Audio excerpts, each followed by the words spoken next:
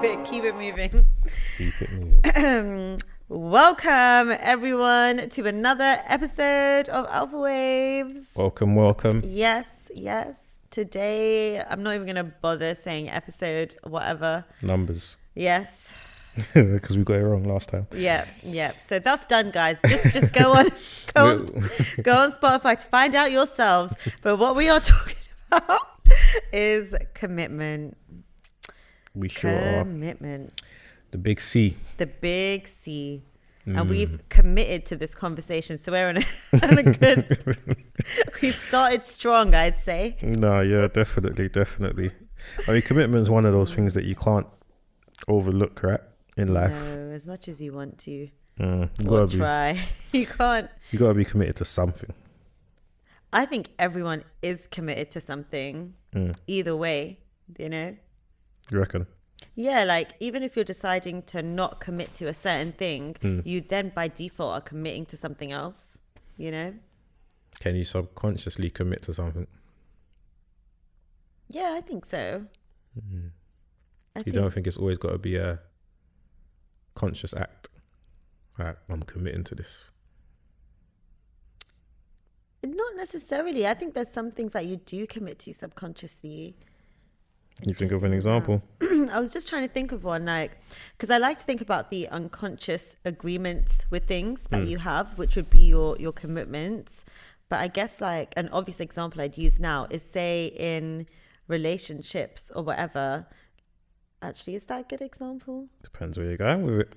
You know, I don't really know, so I'm just going to keep speaking, and if we get there, we get there. But we'll see how it plays out. But if not, I have an example B just in case. But if someone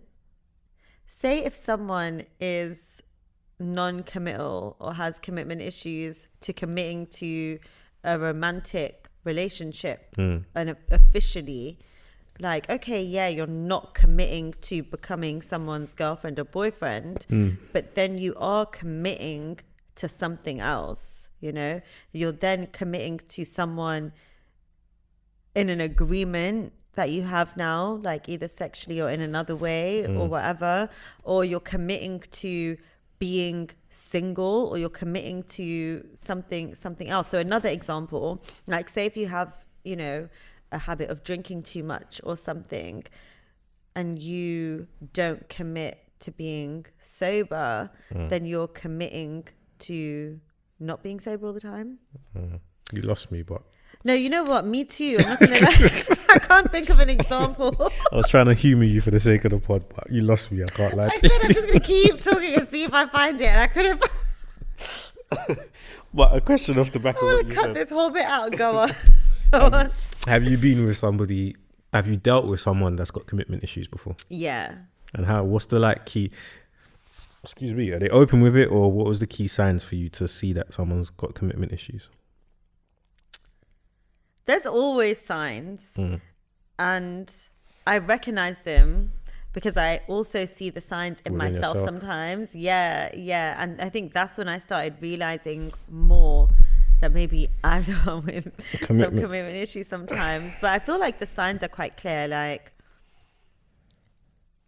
I was going to say people's history, but at the same time, you can't judge everyone on their history, especially if they are now actively trying to change it. But if they do have a history of the same type of connection over and over that isn't committal, then fine.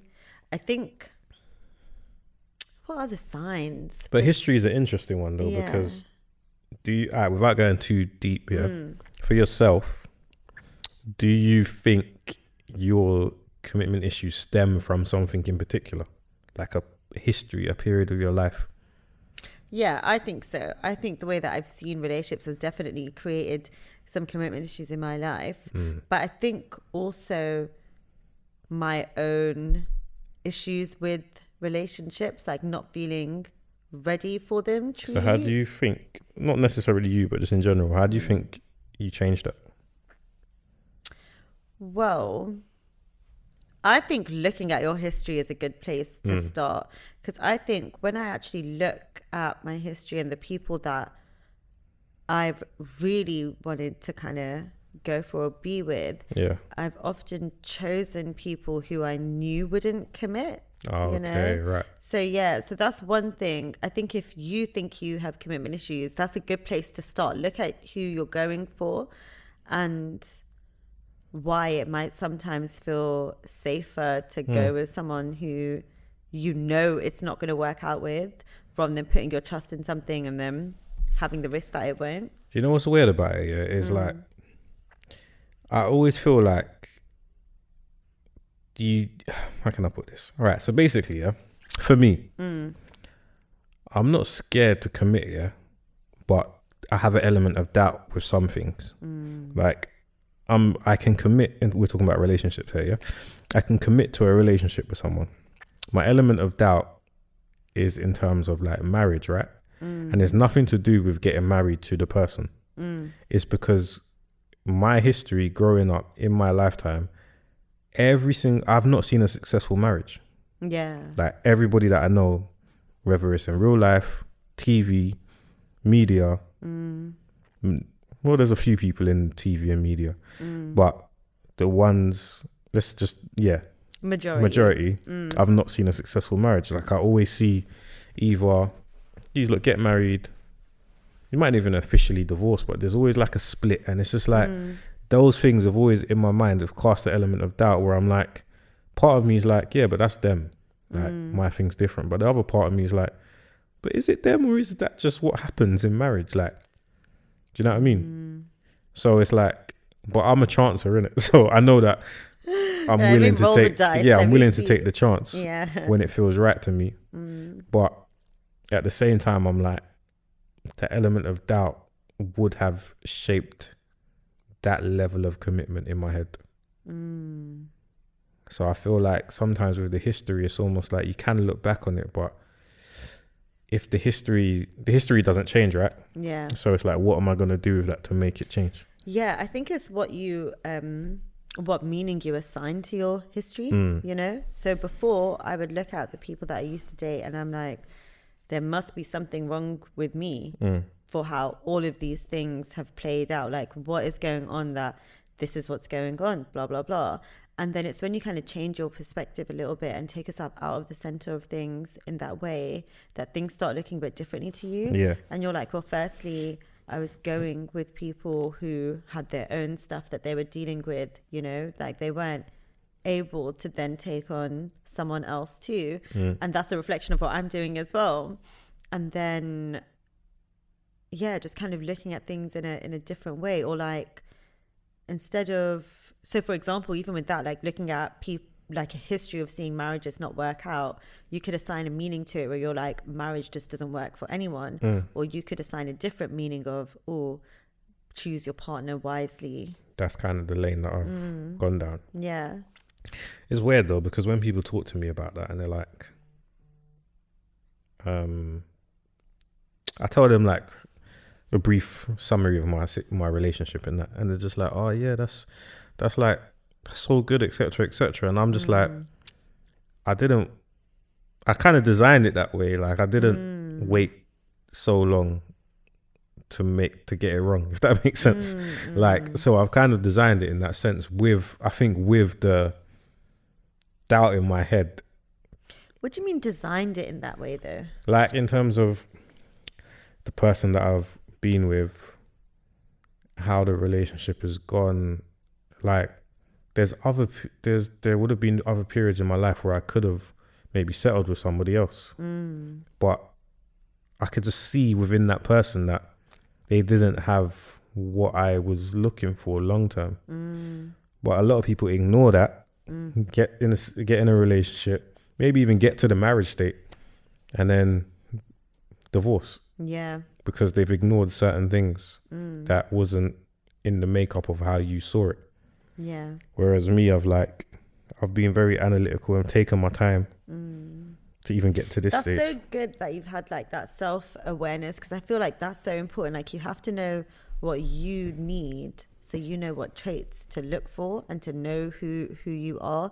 And I think people can often be so caught up in, the person that I want wants me too, rather than thinking about what are the traits of the person that I actually want to settle down with. But a lot of people aren't afforded that time, let's be honest, because women want to get married. True. So like, it is but true. It takes a lot of time to actually get to know someone and make sure that, not even make sure that they're the one for you, but it's like make sure that things just align, because you might not be right for them. Like I might not, you might want different things to me. So that takes time. You're not for everyone, and you need to be okay with that. It's taken me a while to learn how to be okay with that. I feel like I kind of am now, but not really. And I think it's so interesting as well, because I agree that there is a time on things and things take time, but I also feel like things don't necessarily have to take ages at the same time. I think it's knowing which bits to take time on and which bits you can speed up. Like, for instance, I don't believe in like instant chemistry or this, that and the other, or blah blah blah, and basing a relationship on that, because I feel like what is instant chemistry is just attraction and lust, you know, like chemistry truly is compatibility, and you only learn that as you get to know someone better. But then things like knowing what you want in a person and noticing things, I feel like that can happen a bit more quickly, you know, instead of waiting to see something twice, or seeing something in someone and thinking that you can change them or tell them like, no, this is why I'm right, blah blah blah, and it's like, but that might not be right for them. No, definitely. That definitely is something that gets overlooked sometimes, I feel. Yeah, a lot of the time. But it comes back to our topic of commitment. Like if you two are committed to this journey together, it makes it a lot easier. Or if somebody has less commitment to it, they're likely to pull out. Because it's not moving at the pace or the direction that they would want it to go in. Sometimes you got to let things naturally happen if you're committed to it. Because when you think about it, in life, any walk of life that you're trying to find commitment in, let's say the gym, like you've got to have that element of commitment to it, because there's going to be times where you're going to the gym and you just don't want to do it. Number one, you don't want to do it, but even above that, you're going, but you don't really see anything happening. If that makes sense, you don't always see the change in your body. Or it's so true, you don't, not for a while. So, but you've just got to stay committed to it. You got to walk that journey. Otherwise, what would you say keeps you committed to the gym? Do you know what it is? It's like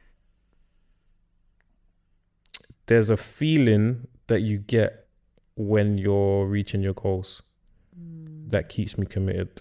But I know that I fall off a lot. But it's that routine, and also for me, the gym's become a place where it's like an escape almost. Like when I'm in the gym, I'm not thinking about anything. Like it's just so freeing. It's weird. That's so nice. It's the weirdest feeling. Like when I'm in there, I'm not really thinking about any, I think creative things. It does open my creative mind, but I don't feel the pressure to create. I don't feel the pressure of life. It's just like, all right, cool, this. And even to the point where I have a body goal that I want to achieve, but when I'm in the gym, I don't feel the pressure.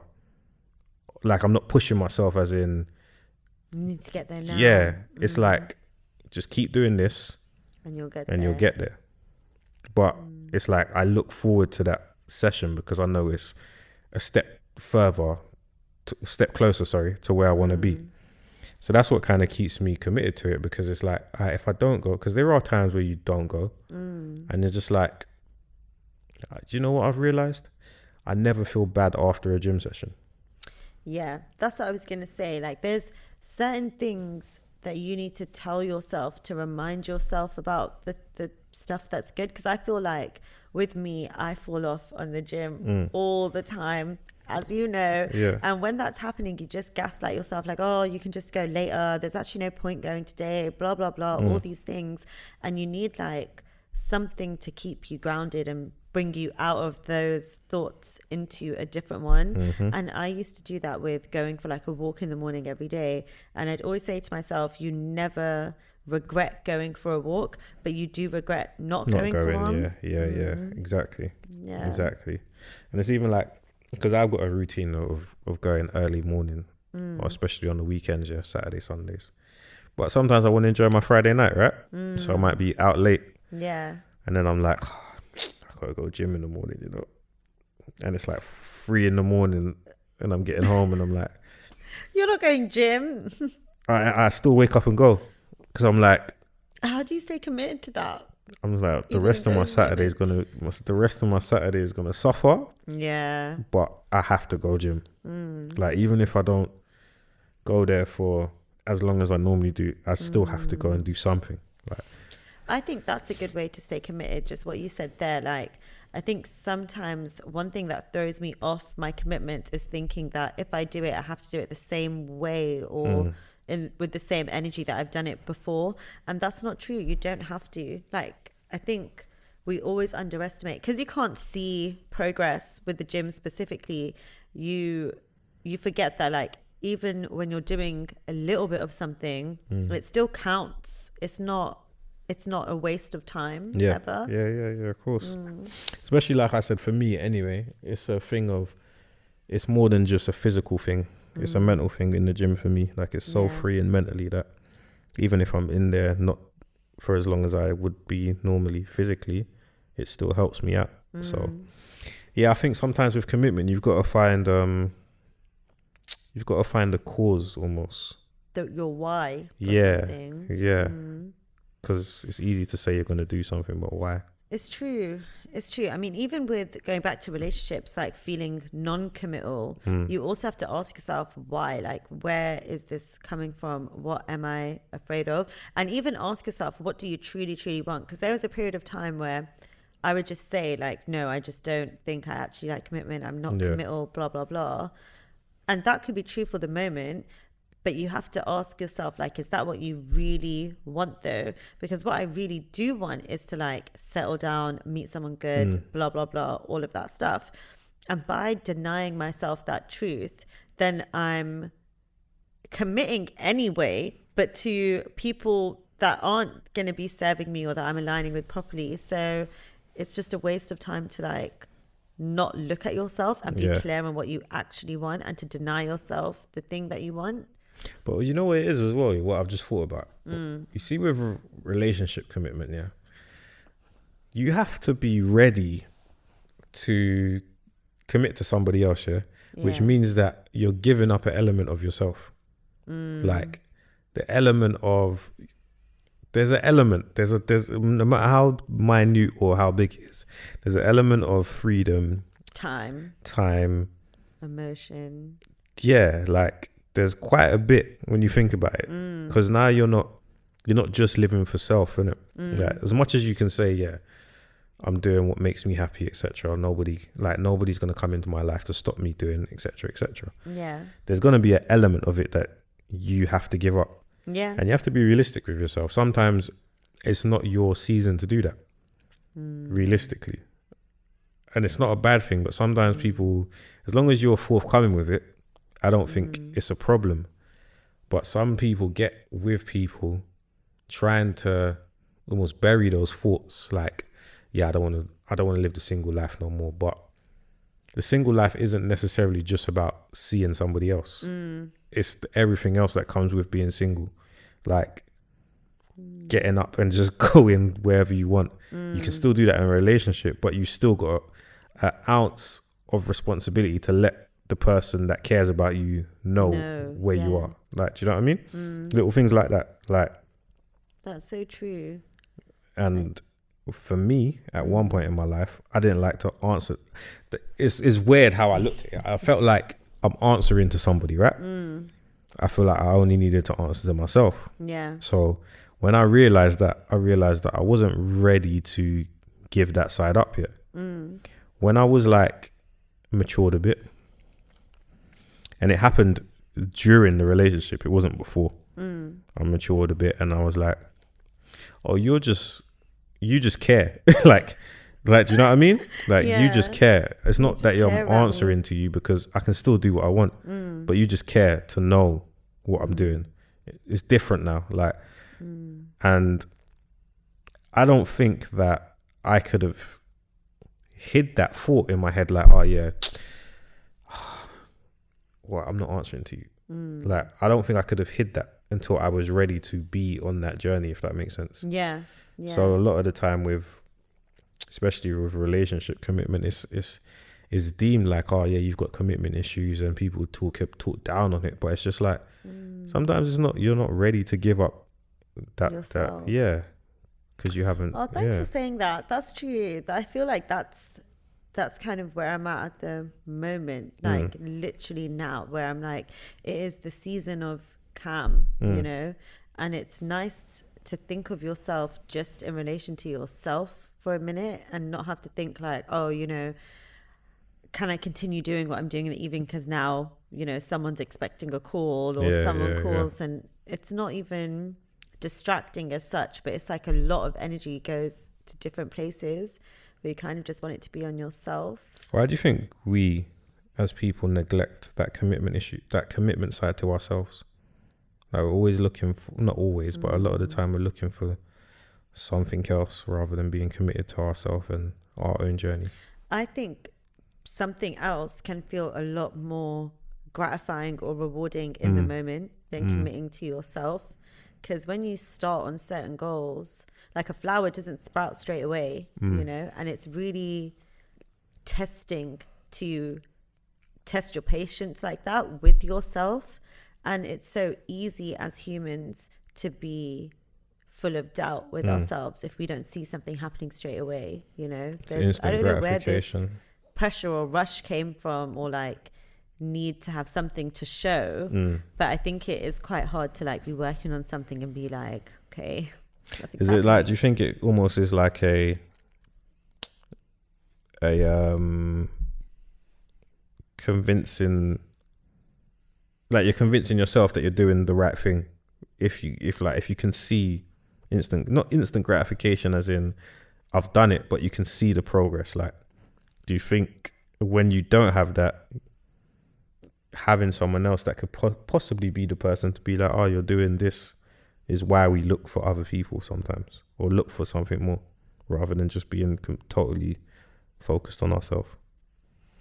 I mean, I can only speak for myself personally, and I think for me, what it is I think what makes me impatient with my goals is because I have a vision of the end result, and I don't have a vision of the middle bit. So then as I'm moving through the middle, it feels so slow in comparison to where I want to be. And that can be quite a frustrating thing, because it feels like often when you're making progress, it's a natural part of it is feeling like you're going backwards or stagnant at some points. And I think I need to build up my strength to withstand those moments, because it's easy for me to then be distracted by someone else. Because when you are talking to someone, it's fun. Like, there's adrenaline, it's exciting, there's dopamine, all these things that, you know, don't come from the work that you're doing, that can be hard in the moment. And that's not necessarily a good thing, but that's the way that I experience it. Commitment's a lonely road though. Yeah. Like, there's nobody that's going to help you be committed. No one is. Even things like being committed to your health or yourself in certain ways, like even being committed to the journey, like it requires a lot of faith. Like, one example I'll give, which may be a bit, you know, a little bit deeper, but even being committed to therapy, that takes a commitment, you know, because I think the deeper you go into therapy in the beginning, the harder it gets. Right. And it feels like you're just going in week after week and improving by barely 0.5%. Like, that's how small it feels, because it's slow work. So what will keep you going? Literally faith, like knowing that, okay, this will eventually change into something better. And I've been in therapy now since, I think, for like 4-5 months. And it's only recently that like my therapist pointed out small things. Well, they're not small to me, but it's pointed out a couple things that showed like an improvement. Right. And it's so crazy because when you're staying committed and consistent to something, and this is the longest I've been consistent with like a health thing in ever. And it's so cool because it really is after the 6-month point in anything, I feel, any given thing, that you start to see tangible differences in yourself. Did you go into it like open-minded, or did you see examples of how therapy has helped people? Or was it an open-minded thing of like, I'm just going into this and see what happens? I feel like I've always heard people say, therapy's great, blah, blah, blah. It really helps. But I personally have not seen that for anyone else. Okay. And when I tried it in the past, I didn't really see it for me either. Yeah. So I didn't go in thinking like, yes, blah, blah, blah. I literally went in kind of as a last resort. So I was like, I just need this, right. You know, like it's getting too much now. I just need something else. And there was so many moments where I really did not want to go in that week, or just wanted to cancel, or blah, blah, blah. And it's hard. Like you just have to keep going. Like when you're in therapy for the longest time, it just feels like nothing's changing, but That's it is every day. Though. Because I know you said faith, but like, is that it? That just keeps you going? I think it's not just that. I think therapy is such an interesting place because everything is significant and also simultaneously not. Do you ever leave there and feel like, well, I don't know what the point of that was?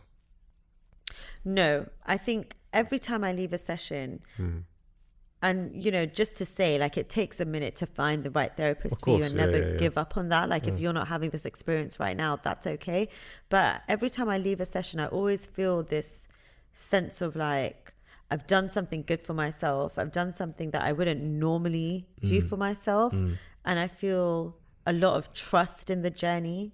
You know, like, you know how you said when you're at the gym and you don't even feel the pressure to get to your goals because you know that what you're doing right now will get you there. Yeah. That's how I feel in therapy. I'm like, it fully is like a trust the process moment, because whenever you're in there, you're just like, how is this helping? Like, I'm talking about the most, you know, like, I don't even know if these are significant. Yeah. And then like 2 months down the line, you'll see how it's significant. Or like, one thing that you said in a session, or that your therapist said to you, you'll use it later in your week or something, you know. But I'll be honest, I was really not doubting the value, but I wasn't appreciating the value until my therapist went on holiday. Right. And then I also was away for a little bit. So for a month, I didn't have therapy. And that month... You felt the difference. It was a really different month. Yeah, like, it was not easy. Like, everything became a lot harder. And that made me, one, appreciate therapy, but also appreciate the journey. That, like, you're not at the end of it until you're at the end of it. So you have to stay on it because it's just not done.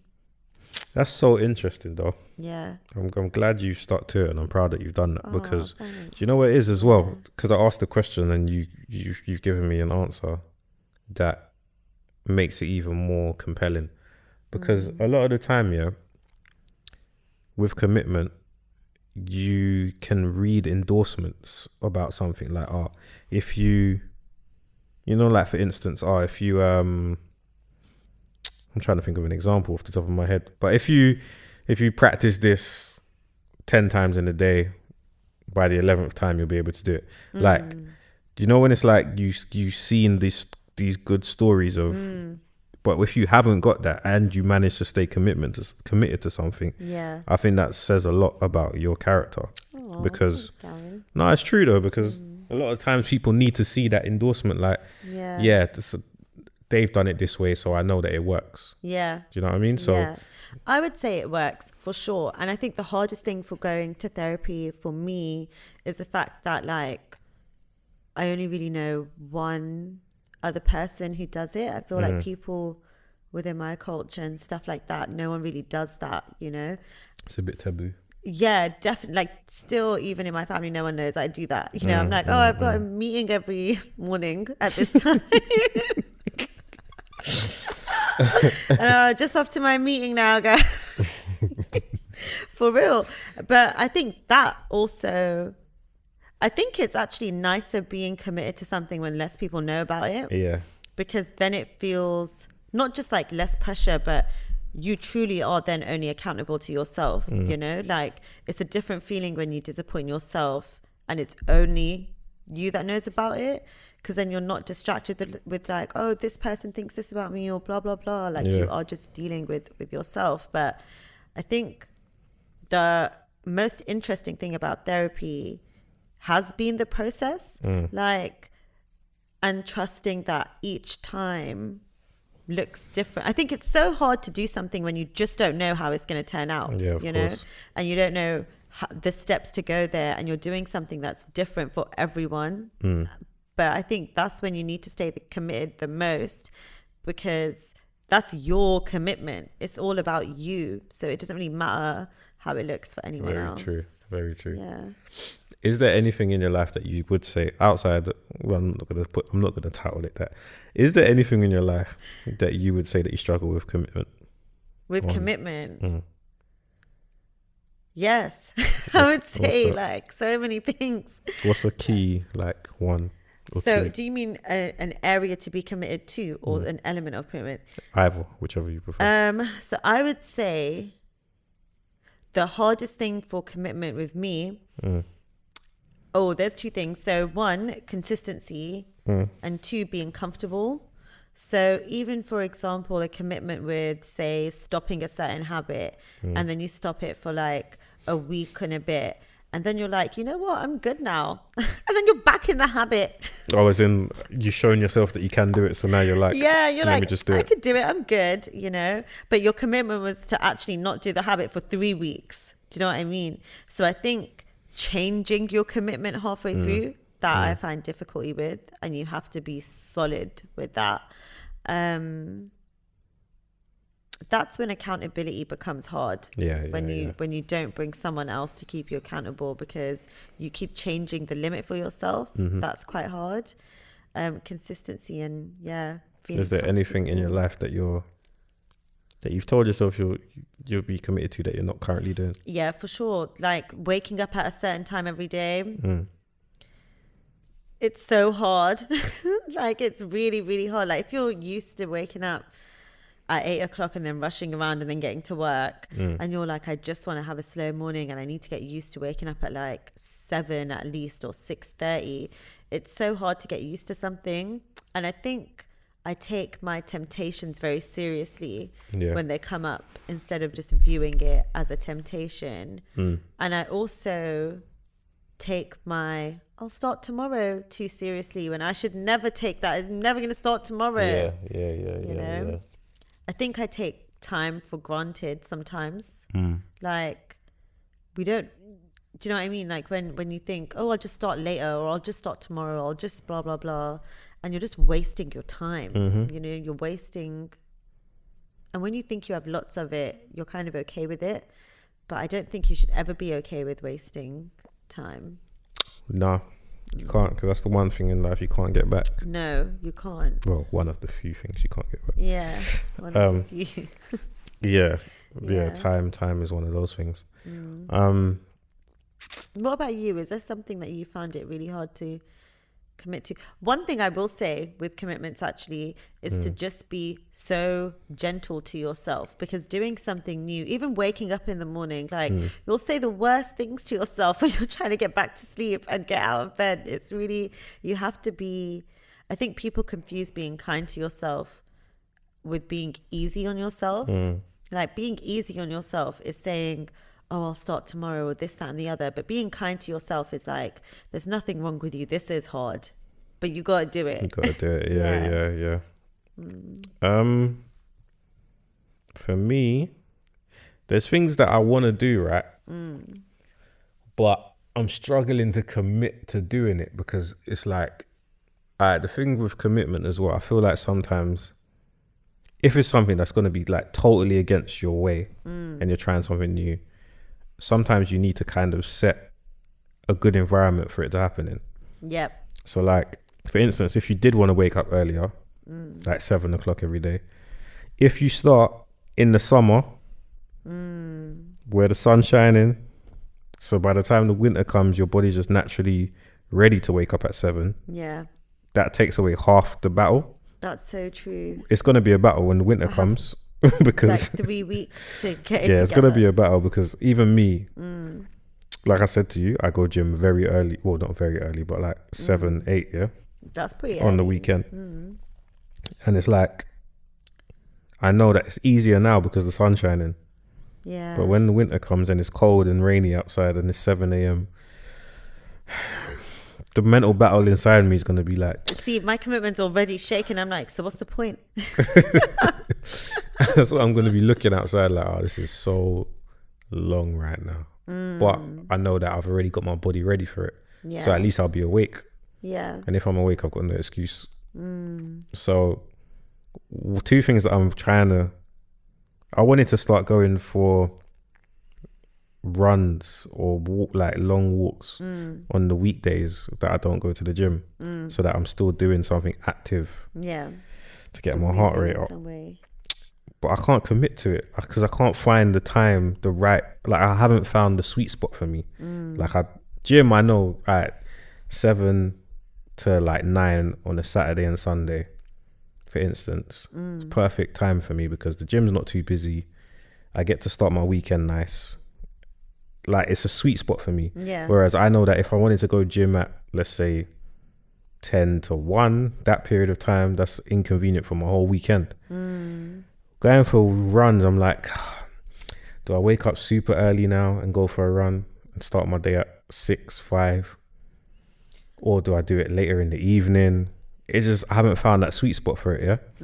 So going for runs is one, or long walks, whatever you want to call it. And reading, I want to read more. But again, I'm just like... Well, you have to the thing with new commitments is you have to make them so easy for you. So I think already calling it a long walk in your head is making you think, I don't have time for a long fucking walk. Like, that's a long time, you know? You could call it a 20-minute walk and you'd feel so much differently. It's very true. It's very true. Yeah. That is, yeah, facts. So that side of it, I think that's what I need is like the terminology. But reading now, I'm like, what is it I'm trying to get from reading? Is it the fact that I want to actually read, or is it just the knowledge from reading?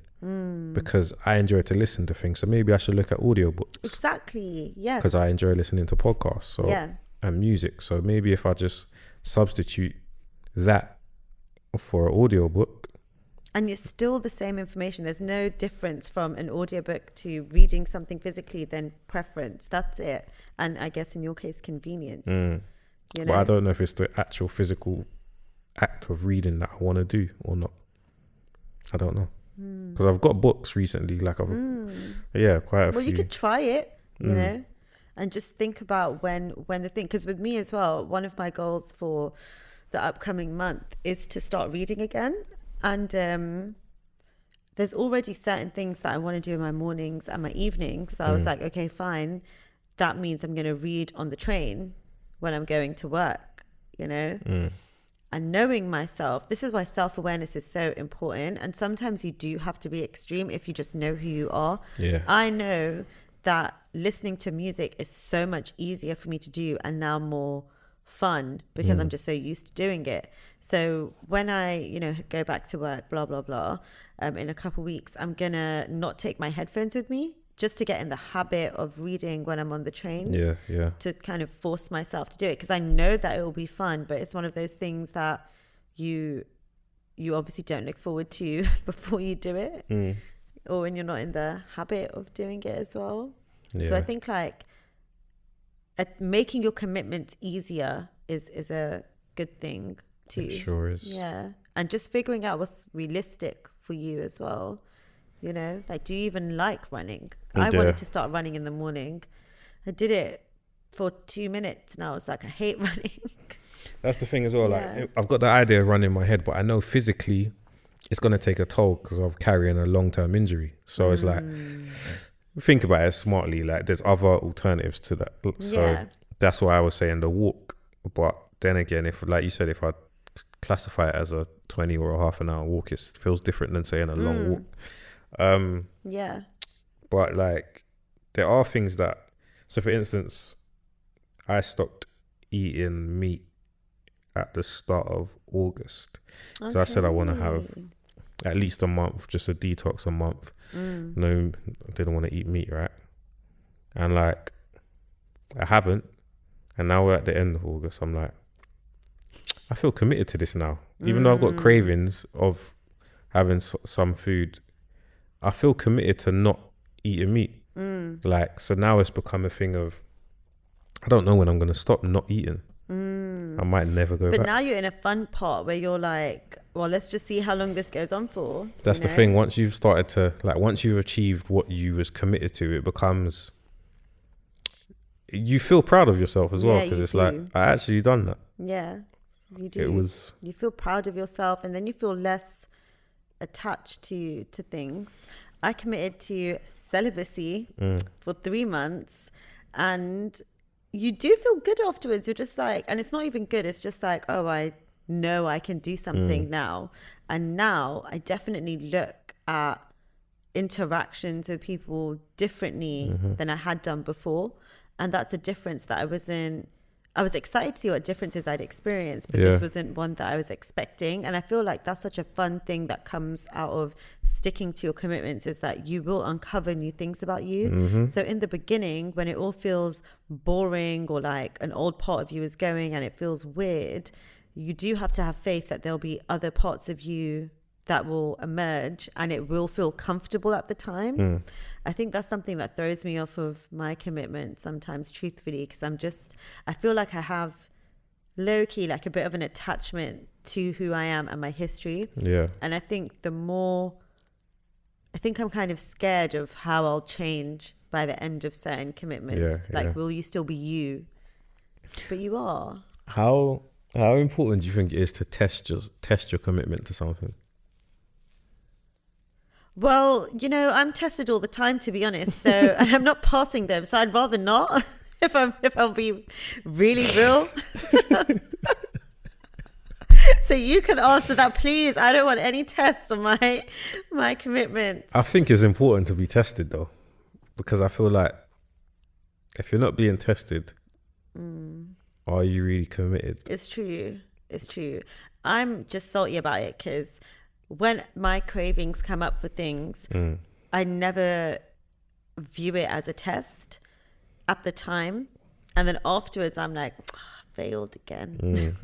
So it's annoying, it's annoying. How do you deal with that? Like, how do you deal with cravings or not taking your cravings seriously? Depends on what it is. Sometimes I just will look at the bigger picture, like, just get past this moment and you'll be all right. Other times, obviously, you might fall victim to it and you're just like, I don't know. This is hard because I'm trying not to be so like hard on myself for everything now, because it's like, if I wanted it, I wanted it. It is what it is. Now, see, I've been saying this, but you can't fall like into years. You can't fall in the trap of doing that. I do that every time. Every time I break my commitment to something, I'm like, well, you know what? I really want this, and then the very next day, I'm like, I always want this. Like, I don't actually want it. That's when it becomes a pattern. It's like, you're almost committing. You're becoming committed to the wrong thing. You're becoming recommitted to the thing you wanted to stop committing to in the first place. And that's the problem. But it's like, that is a problem. Yeah, that's the problem. But I feel like it's important to be tested, though. To be tested. There's some things that you've got to be like strong, iron guarded. Like, no, you're not getting through. But I feel there's other things. It's like, oh, I can indulge in this, and then I can put it back to the side. Because I don't think you should, some things anyway, as long as it's not detrimental to you and it's not harmful, it's okay to enjoy some things in life. Like, it is okay to, for instance, if you're eating healthy, right? Constantly eating healthy, and then one day you go out and you're like, you know what? I fancy something unhealthy today. And you do that, and then you're back on track tomorrow. Yeah. It's all good. But it's when it's like you're like, woo, I forgot how good this was. And then you continue doing it and you continue doing it. That's when it becomes detrimental to you. Yeah. But it's not like you having it one time is not the be all end all. Like, oh, I'm a bad person. I broke my commitment. Whereas there's other things. If you're trying to not commit to doing it, and then you do it, and it's harmful, then that's not good, obviously. Yeah, it's true. But commitment is it's a lot of commitment is a mental battle. You gotta not listen to the way that I'm starting to view it is like when there's a craving there.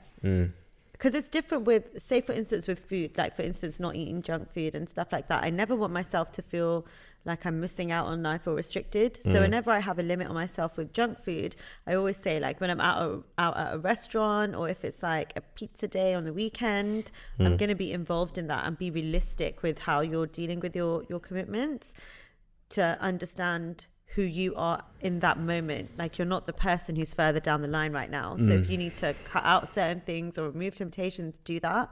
But I think it's really important to, like, know which voice is speaking to you. Like, the voice that's speaking to me when I'm like, oh, I'm not going to do this thing. And then the voice is like, oh, but you deserve this thing. It's been a long day. Just do it. It's actually not even that deep. So many other people do this thing. It's not the biggest thing. That is not your friend. That is just in it. That is not your friend. Like, you have to start, well, I say you, it's me. I have to start, like, listening to that voice with a different ear. Literally. You know within yourself when it's like, when it's not, when you're breaking your commitment doesn't come from a bad place. You know within yourself, like. So tell me about that difference. What is that? There's just a feeling of, like, an accomplishment and getting a prize, if that makes sense, like, for how committed you've been. I always feel like if it's an addiction though, that's when it's like dangerous, right? But if it's something like, I don't know, if you've been properly strict on yourself with saving, etc., and then you look at your account and you're like, oh, I've done quite well, right? And then you subconsciously you're just like, all right, cool, I'm doing well. Then you go out and you see something that you've always wanted, and you look at your account and you're like, I could get this and it won't impact me too much. And you buy it and it makes you feel good, and then you just continue with your process. Like, you just always know where it's coming from. Yeah. Always. I feel like if you're not impulsive, don't be impulsive. Don't live in the moment too much sometimes. You just gotta, it's okay to act in the moment, but don't live in that moment. Like, you just got to kind of see understand it as, that moments do pass. Yeah. And it's not, it's okay sometimes to say no. Same way it's okay to say yes. You just got to find that balance. I feel like it's so scary saying no to certain things when you're so used to saying yes, like doing something different, and then having, it is literally. It's responsibilities though, like. It's just, that's what it comes down to, responsibility within yourself, like being responsible for yourself.